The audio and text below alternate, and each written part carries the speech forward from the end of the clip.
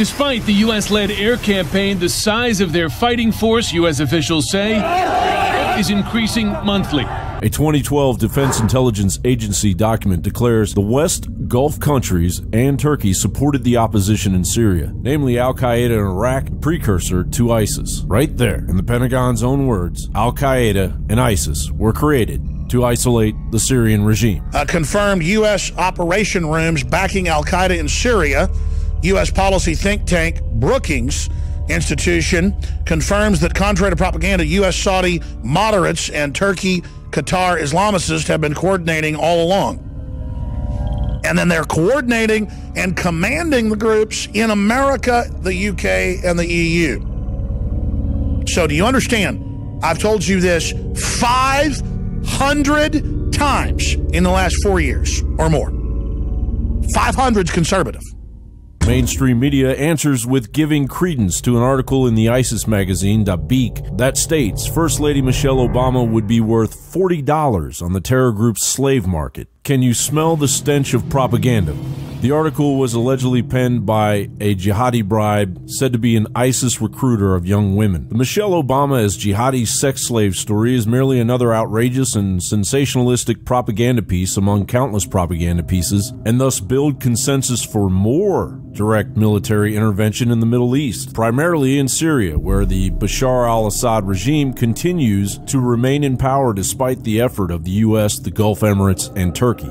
The August 2013 DIA report predicted ISIS would declare a caliphate in Iraq and Syria. It stated this was exactly what the supporting powers of the opposition want in order to isolate the Syrian regime, which is considered the strategic depth of the Shia expansion. As noted, the supporting powers are the West, led by the United States and the Gulf Emirates and Turkey. The United States knew the opposition was dominated by jihadist elements it repeatedly described as moderate and would ultimately coalesce into what is now called the Islamic State. The Pentagon report accurately describes the fall of both Mosul and Ramadi in Iraq to ISIS. Given this, and the fact that the U.S. coalition continuously aided the sectarian Syrian opposition, knowing full well that this would then lead to an Islamic State, the consequence of which was the predictable fall of Mosul and Ramadi, the capital city of Damascus is now focused in the sights of the New World Order agenda to control Syria, as it remains one of the last holdouts concerning total global economic domination. ISIS took the historical site of Palmyra last week, and Palmyra is strategically located.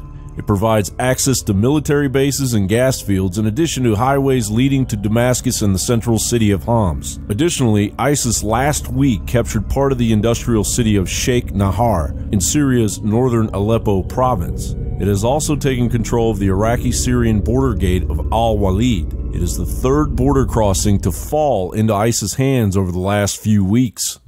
According to Syrian opposition activists, ISIS will not move on Damascus immediately, but will instead go to the Ghouta and break the siege so it can gain the support of people inside it. Analysts estimate ISIS now controls 50% of the country. In the short term, ISIS will be used to topple the government of Syria and convert the country into a failed state similar to the one created in Libya, short of more direct support from Iran and Russia. Al-Assad and the Syrian government cannot fend off ISIS indefinitely. John Bound for Infowars.com.